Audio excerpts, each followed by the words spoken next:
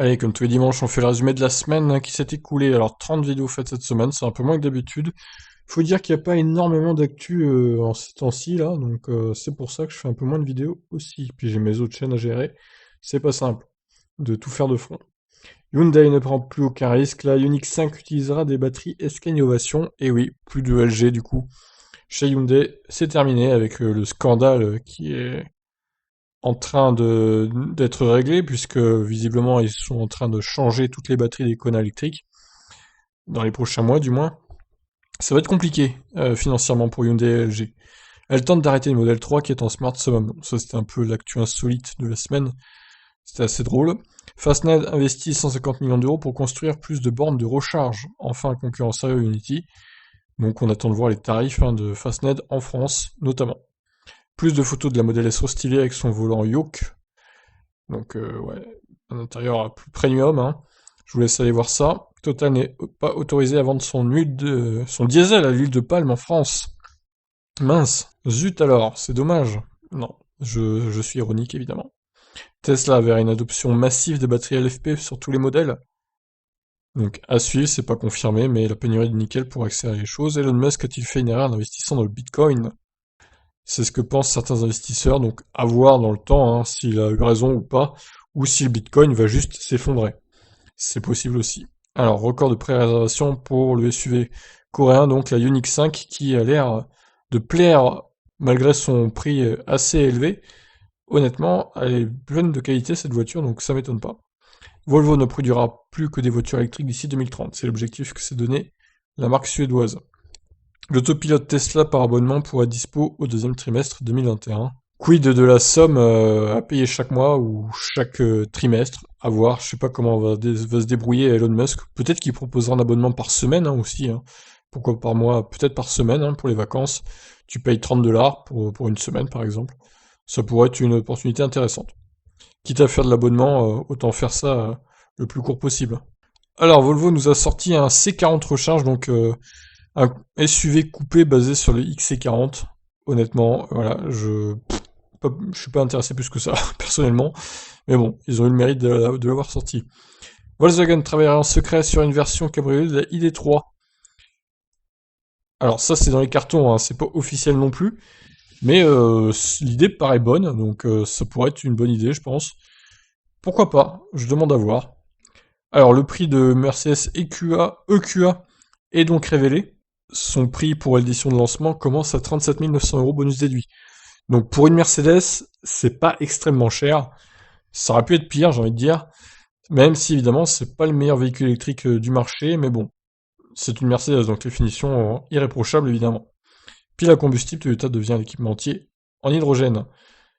Donc en gros, Toyota va vendre ses piles à combustible, des kits de piles à combustible à d'autres clients. Bon, pourquoi pas. Xpeng augmente ses ventes en Chine en ce début d'année 2021 par rapport au début d'année 2020. Donc voilà, les ventes augmentent, mais bon, ça reste assez confidentiel pour un pays comme la Chine, il faut le dire. Toyota remplacera sa petite citadine Aygo par une voiture 100% thermique.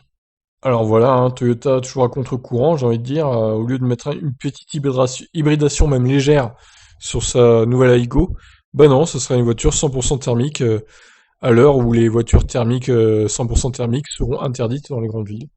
Donc bravo Toyota, encore une belle décision. Et en plus dévoile combien de tonnes de CO2 ces avions rejettent. Alors ça c'est intéressant. Donc globalement c'est censé polluer moins qu'une voiture, mais ça dépend du nombre de passagers dans la voiture. Si vous êtes 4 dans une voiture, évidemment, le bilan carbone sera beaucoup plus favorable à la voiture. Alors j'ai fait mes petites annonces comme tous les jeudis. J'ai trouvé des choses intéressantes, comme cette Opel Corsa électrique par exemple, à 18 900 €, très peu kilométré. Franchement, 18 900 € pour une voiture qui a plus de 320 km d'autonomie, voire même 340, je dis oui. Ensuite, comme prévu, la Ioniq 5 se recharge très vite sur Unity. On part sur un pic en 220 kW et une moyenne autour de 140-150. Donc ça, c'est très très bon augure pour la recharge, surtout avec la recharge au temps passé sur Unity. C'est plutôt pas mal. Le constructeur Arrival dévoile un van modulable qui pourrait faire office de camping-car également. Donc ça c'est moi qui dis ça, ça reste un utilitaire de base. Mais bon, ça pourrait faire un très bon camping-car, je pense, c'est bien aménagé. C'est vrai que les camping-cars électriques, ça n'existe pas encore, donc ça pourrait être sympa. Pourquoi pas? Le prix de la Dacia Spring sera révélé donc le 11 mars, c'est-à-dire jeudi prochain. Donc, alors je sais pas s'ils feront une annonce en grande pompe, c'est-à-dire avec des live streaming et tout, sur leur chaîne, mais en tout cas, s'ils font ça, peut-être que je ferai un live, moi, tiens. Ça pourrait être intéressant. Bon, s'ils font pas de présentation, je ferai pas de live, forcément, mais voilà. En tout cas, on attend avec impatience ce prix, hein, c'est sûr. L'Inde fait le forcing pour que Tesla s'installe dans son pays. Ah, ils vont même jusqu'à garantir que l'Inde sera le moins cher en termes de main-d'œuvre pour Tesla. Donc attention, hein. Là ils vont loin quand même. Alors, j'ai pas l'habitude de parler des hybrides, mais là j'avoue que le Renault Arcana, j'aime pas du tout. Je sais pas ce qu'ils ont fait. Alors l'avant ça va, hein, mais que dès qu'on le voit de profil, c'est terrible.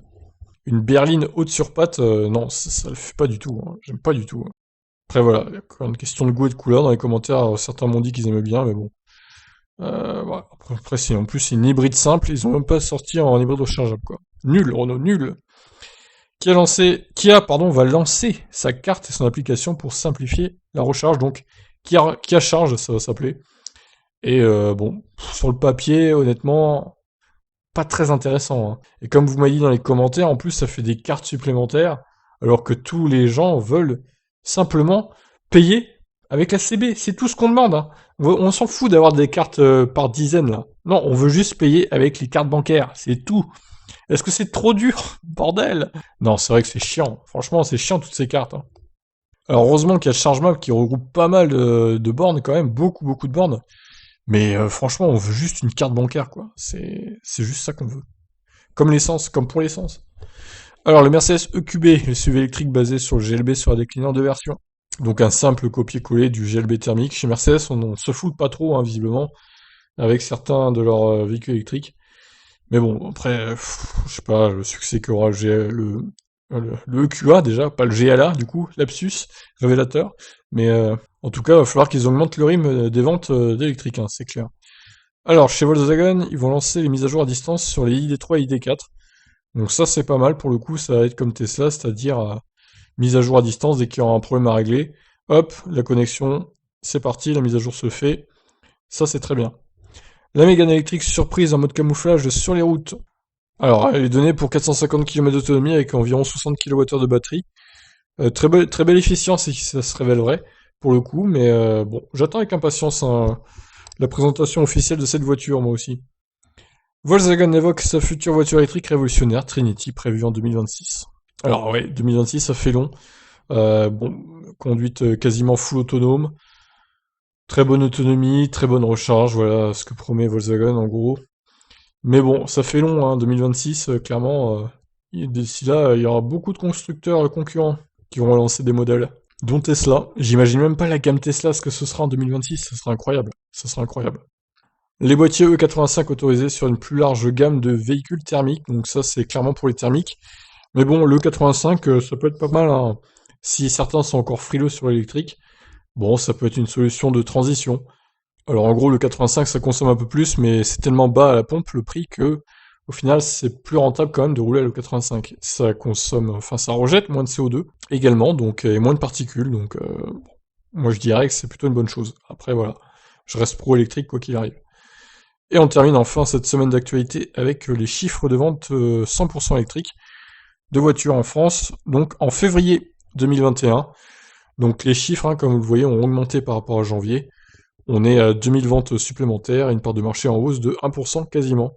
Même si on est toujours en dessous des 5%, ce qui est pas énorme, hein, finalement. On est très très loin des chiffres records des 4 derniers mois de l'année 2020, hein.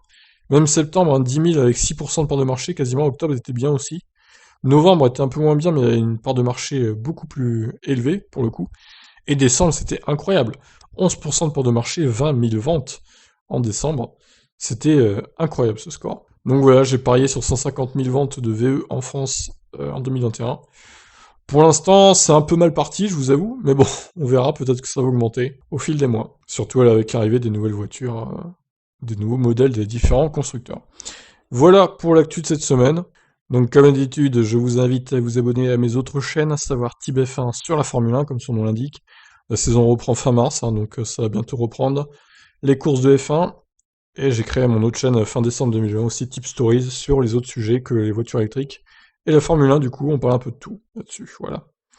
Allez, sur ce, je vous laisse. Ciao.